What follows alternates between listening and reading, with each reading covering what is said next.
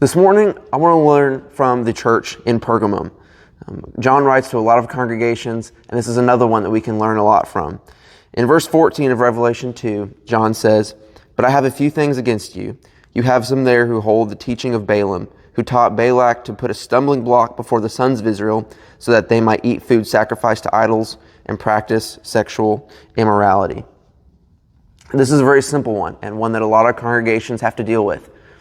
Are we a congregation who allows false teaching in? Are we a congregation that will permit false teaching? And I don't think any of us would admit that, we want false teaching in our congregation.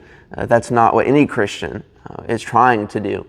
But the question is not necessarily, do we want that? Are we negligent, and are we allowing that to happen in our congregations?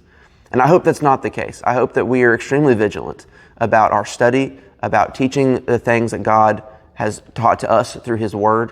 I hope that we're a congregation that stands for truth above all things.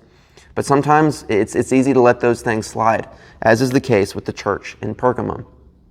And so this morning, or whenever you're watching this, let's keep our central focus at being about a church that just sticks with the Bible, that goes back to the truth, that doesn't allow false teaching, that doesn't stand for false teaching.